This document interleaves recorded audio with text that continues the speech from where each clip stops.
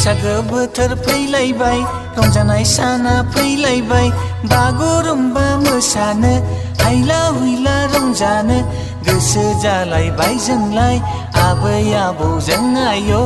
आदा बाजैजों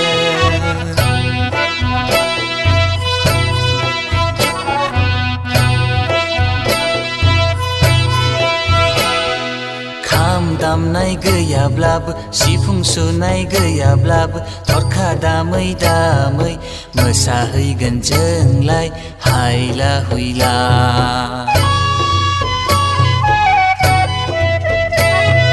खाम दामनाय गैयाब्लाबो सिफुं सुनाय गैयाब्लाबो थरखा दामै दामै मोसाहैगोन जोंलाय हायला हुइला